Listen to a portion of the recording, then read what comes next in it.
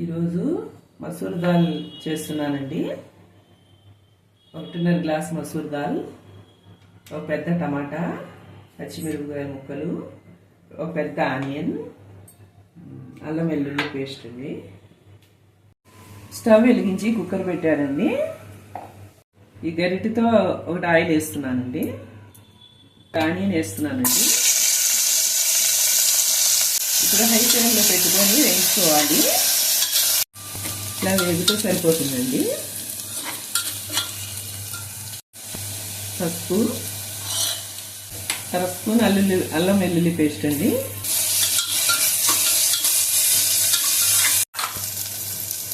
పచ్చిమిర్చి ముక్కలు, టమాటా ముక్కలు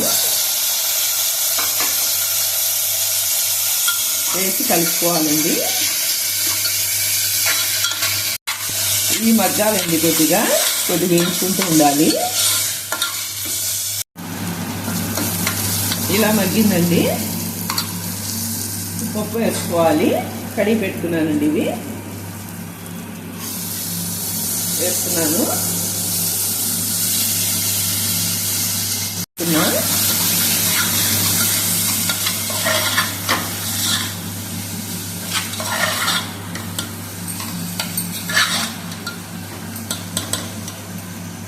వాటర్ పోస్తున్నానండి.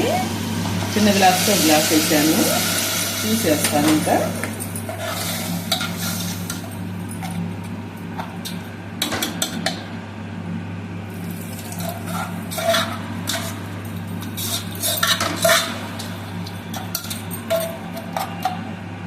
రెండు గ్లాసులు పోసానండి. ఈ గ్లాస్తో ఇదిగోండి, ఇలా ఉంది. ఎన్ని వాటర్ అని ఉండాలి. ఇప్పుడు దీంట్లో నేను సాల్ట్, కారం వేయలేదండి. ఇప్పుడు కుక్కర్ మూత పెట్టి ఒక విజిల్ వస్తుందనగా ఆపేస్తానండి. లేకపోతే ఎక్కువ కూడా ఉడికిపోతుంది. మూత పెట్టేశానండి. మీడియంలో పెట్టుకోవాలండి. మూత తీసానండి. సాల్ట్ వేస్తున్నాను.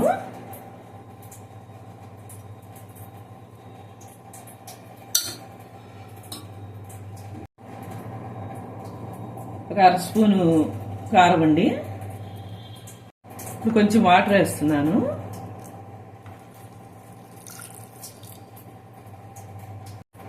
ఇప్పుడు దీంతో 2 గ్లాసులు వాటర్ వేస్తున్నానండి. ఇప్పుడు ఉప్పు, కారం, వాటర్ పోసానండి.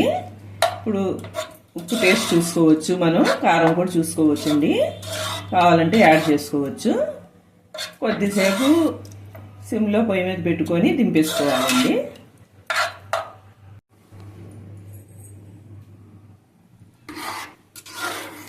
ఇలా ఉంటుందండి. కొద్దిసేపు సిమ్లో పెట్టుకొని